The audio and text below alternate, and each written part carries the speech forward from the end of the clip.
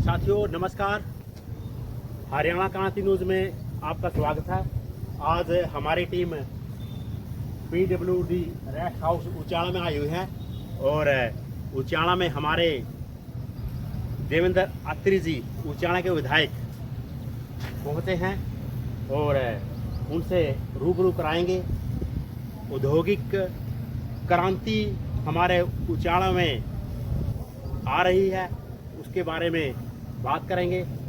आप जुड़े रहिए हरियाणा क्रांति न्यूज़ के साथ।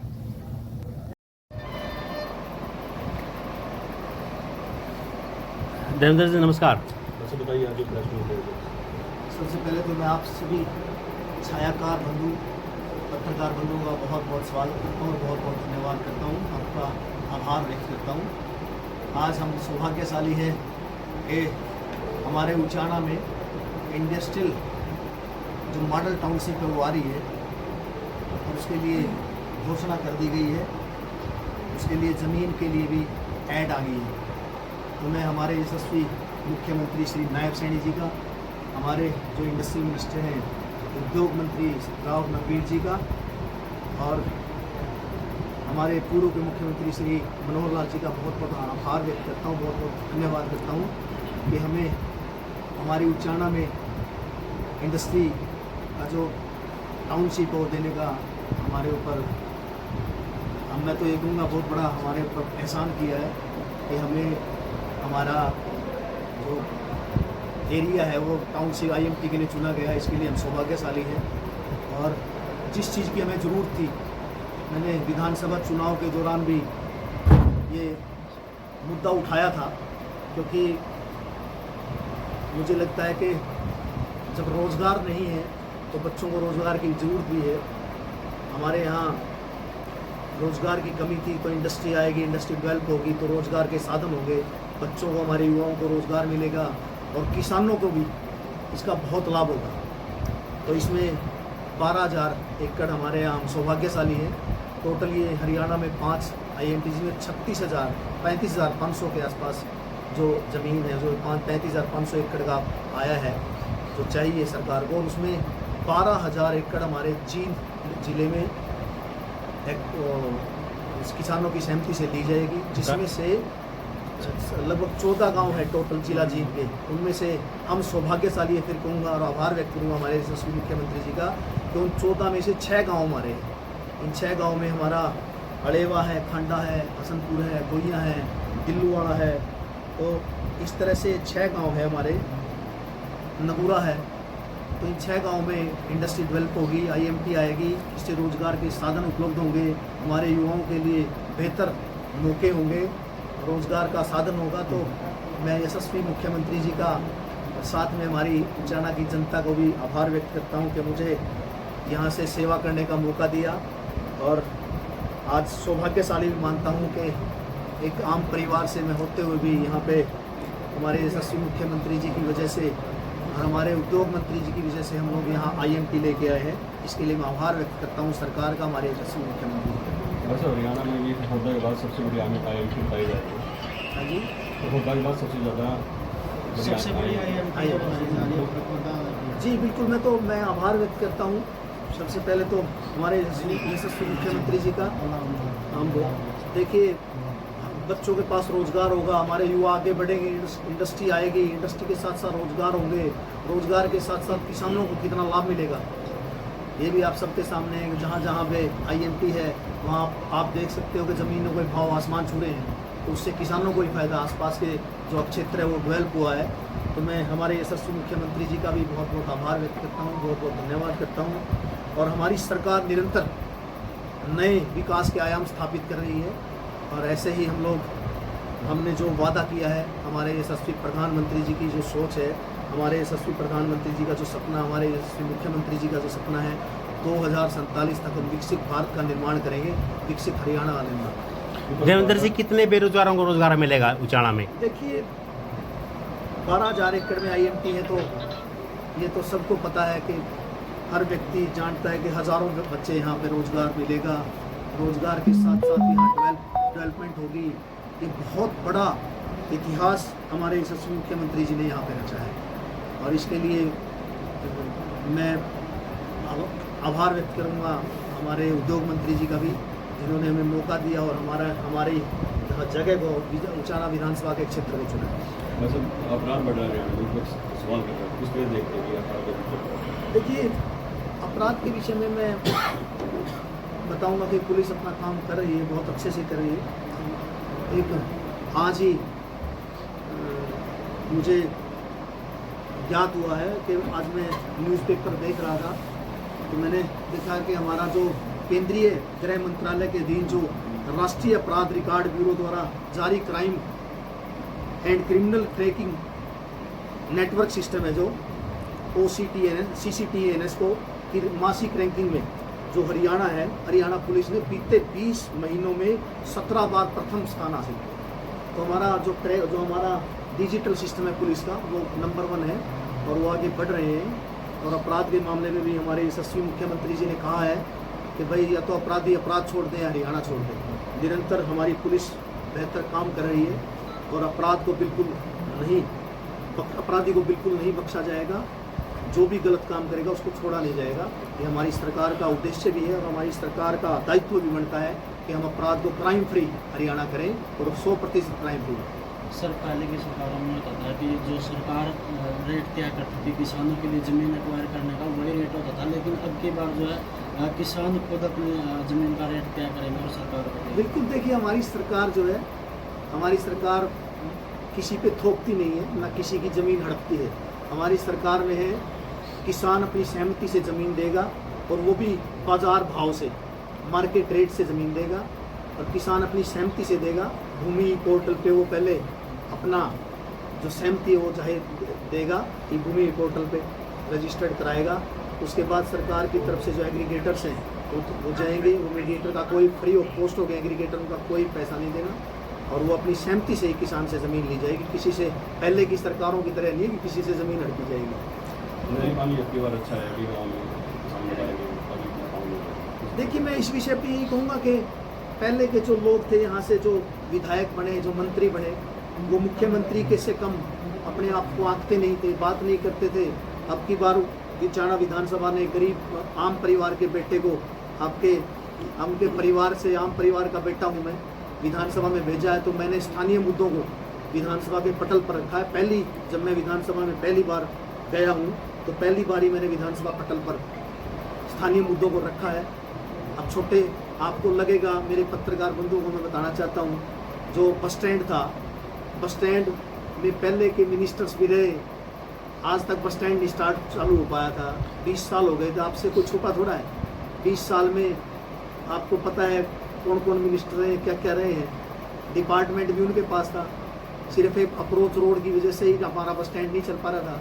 मैंने 2 महीने में संबंधित अधिकारियों से बात की, उनसे डिस्कस किया, उसको कोशिश की कि क्योंकि वैसे मुद्दा बड़ा था, काम छोटा था, लेकिन वो नहीं करा पाए और बस स्टैंड आज सुचारू रूप से स्टार्ट भी है। शायद दुकानें भी वहाँ पे है, तो उससे रोज़गार भी मिला है। चाहे बेसिक से कुछ लोगों को मिला हो, लेकिन रोज़गार भी मिला है। उससे हमारी बच्चे हैं जो कॉलेज स्कूल में पढ़ते हैं, उनको भी वहाँ पे बसें रुकती है, बस स्टैंड के अंदर आती है, उसको बच्चों को बैठने में सहूलियत मिले, बच्चों को बहुत बेनिफिट मिले हैं।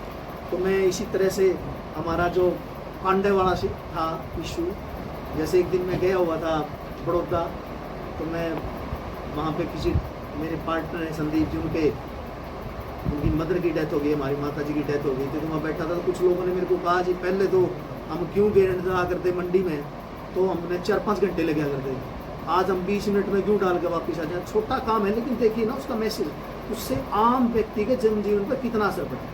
अब आपकी मंडी, हमारी मंडी में देखिए, हमारी मंडी में क्या हालात थे, पानी भरा करता, तो वहाँ 50 हॉर्स पावर की मोटर का है। वो क्या था कि पहले के जो लोग थे यहाँ से बने, उन्होंने स्थानीय मुद्दों को अहमियत नहीं दी। अब मैं स्थानीय मुद्दे को उठाने लगा हूँ। एक आम व्यक्ति से मैं मिलता हूँ, एक आम व्यक्ति कोई मेरे से व्हाट्सएप पे चैट करके बताता है जी मेरे को यहाँ प्रॉब्लम आ रही है, मैं कोशिश करता हूँ व्हाट्सएप पे उसकी, मेरे को ना किसी से हाजिरी लगवानी। पहले के लोग हाजिरी लगवाते थे, आपसे किसी से छुपा थोड़ा है, पहले के लोग तो हाजिरी लगवाया करते। अब मैं आपका बेटा हूँ, आम व्यक्ति हूँ, मेरे पिताजी ने भी यहाँ 40 साल तक सेवाएं की और हमारी सरकार का उद्देश्य भी अंतिम व्यक्ति तक लाभ पहुँचे, अंत्योदय। हमारे यशस्वी प्रधानमंत्री जी, हमारे यशस्वी मुख्यमंत्री जी, अब हम लोग हमारे यशस्वी मुख्यमंत्री जी से सीखते हैं रात को 2-2 बजे तक। आप देखते हो सोशल मीडिया का ज़माना, आज हर व्यक्ति सोशल मीडिया पे है। हमारे युवा भी समझ चुके हैं, अब वो किसी के बहकावे में नहीं आएंगे। रात को 2 बजे आपने किसी मुख्यमंत्री को जागते हुए देखा क्या? हमारे यशस्वी मुख्यमंत्री जी रात को 2-2 बजे तक जागते हैं, लोगों से मिलते हैं, एक आम आदमी, क्योंकि वो आम व्यक्ति है। कभी सोचते थे कि भाई हमारे यशस्वी पूर्व के मुख्यमंत्री मनोहर लाल जी ने बिना पर्ची बिना खर्ची जैसे ऐतिहासिक काम किए, और आज उनके संदर्भ में हम लोग आगे बढ़ रहे हैं। आज हर व्यक्ति समझ चुका है, युवा को खासकर समझ चुके हैं कि पहले की जो सरकारें थी और आज की सरकारों में जमीन आसमान का हमने कर दिया। सब ने इकट्ठे होकर काम किया, और उस इकट्ठे होकर काम का मैसेज देखिए आप। आज नायब सरकार को, हमारी हरियाणा सरकार को कितना बड़ा मैसेज गया। कभी किसी सरकार में हुआ था कि ऐसे पेपर? कोई व्यक्ति, अभी करनाल की एक वीडियो वायरल हुई थी, देखिए आपने, उसमें गुड़िया अपना जो स्टेशन था, सेंटर था उसका, जो एग्ज़ाम सेंटर था, वो भूल गई थी, दूसरे सेंटर पे पहुंच गई। तो उसके लिए एक व्यक्ति ने कहा कि मैं वो रिक्शा करवा दी। रिक्शा के लिए फिर वो, उसके पास पैसे नहीं थे, तो गुड़िया ने, उसने, एक व्यक्ति ने साथ खड़े हुए बुजुर्ग ने कहा कि बेटा मैं दे देता हूँ। तो रिक्शा वाले ने कहा कि मेरे को पैसों की जरूरत नहीं थी, मैं ऐसे छोड़ूंगा सेंटर। कभी ऐसा देखा था क्या आपने? अभी तो सिर्फ पेपर हुआ है। जब हम बिना मेरिट के आधार पे, बिना पर्ची बिना खर्ची नौकरी देंगे, और वो नौकरी मेरिट के आधार पे मिलेगी, तो उसका मैसेज देखना। आज हरियाणा के कोने कोने में बिना पर्ची बिना खर्ची की गूंज है, और हमारे यशस्वी मुख्यमंत्री जी एक आम आदमी से गले मिलते हैं, एक आम व्यक्ति उनसे सुना सकता है। देखिए, हर 100 के 100 काम किसी के नहीं हो सकते। अब मेरे पास भी एक आम व्यक्ति कंफर्ट महसूस करता है। क्यों करता है? कि उनको पता है कि मैं एक आम आदमी हूँ, कंफर्ट जोन में हूँ। तो मैं तो यही कहूँगा कि हमारी सरकार निरंतर विकास के, जो प्रगति के नए आयाम स्थापित कर रही है, और हम लोग ऐसे ही निरंतर लोगों की सेवाएं करेंगे। और जो 2047 का हमारा जो मिशन है, जो हमारा सपना है विकसित भारत का, वो 100% भारतीय जनता पार्टी की सरकार पूरा करेगी। IMT का कार्य कब तक शुरू हो जाएगा सर? देखिए, अभी ई-पोर्टल पे स्टार्ट हो जाएगा। एग्रीगेटर्स, वो अपनी किसान अपनी सहमति से ज़मीन, जो बाज़ार का भाव, उसमें अपनी सहमति दर्ज करवा सकेंगे। उसके बाद बहुत जल्दी ये काम स्टार्ट होगा। मतलब सांसद जयप्रकाश कहते हैं कि बिना पर्ची बिना खर्ची की वो पोल कर सकते हैं, और पर्ची खर्ची सबके लिए तो जयप्रकाश की। देखिए, हर व्यक्ति जानता है कि भाई, युवा खासकर जानते हैं, तीसरी बार हमारी सरकार आने का सबसे बड़ा कारण बिना पर्ची बिना खर्ची। लोकतंत्र है, कोई भी कुछ बोल सकता है, किसी का मुंह कोई पकड़ नहीं सकता। लेकिन मैं तो सिर्फ इतना ही कहूँगा कि अपने गिरेबान में झांके जो व्यक्ति बोलते हैं ऐसे सब, और हमने इतिहास रचे है। हमारे पूर्व के मुख्यमंत्री श्री मनोहर लाल जी ने जो बिना पर्ची बिना खर्ची का जो इतिहास है वो रचा है, और हम निरंतर ऐसे ही, विपक्ष है, उनके पास मुद्दे हैं नहीं, मुद्दा विहीन हो सकता है और हाशिए पे है, तो और कोई काम है नहीं। तो बिना पर्ची बिना खर्ची का मैसेज पूरे भारत देश में है, और मैं तो ये कहूँगा कि पूरे विश्व में है। तो बिना पर्ची बिना खर्ची के सब, बिना ऐसे ही हम लोग मेरिट बेस पे नौकरियां देंगे, और ऐसे ही निरंतर काम करेंगे, और विकास के नए आयाम स्थापित करेंगे। राहुल गांधी ने चुनाव आयोग पर सवाल उठाए, कम हो सकते हैं। देखिए, मैं कह रहा हूँ कि इनके पास काम है ही नहीं, विपक्ष के पास कोई काम नहीं है। इन्होंने तो हमारी सेना को भी नहीं छोड़ा। अब संसद में क्या हुआ, हर सारा देश देख रहा है। तो हमारे यशस्वी प्रधानमंत्री जी का जो सपना है, हमारे यशस्वी मुख्यमंत्री जी ने जो कहा है, 100% पूरा करेंगे। हम उसी संदर्भ में हम आगे बढ़ रहे हैं, और हमारी सरकार सबका साथ सबका विकास के साथ आगे बढ़ रही है। सबका साथ सबका विकास, हर क्षेत्र में हम काम कर रहे हैं।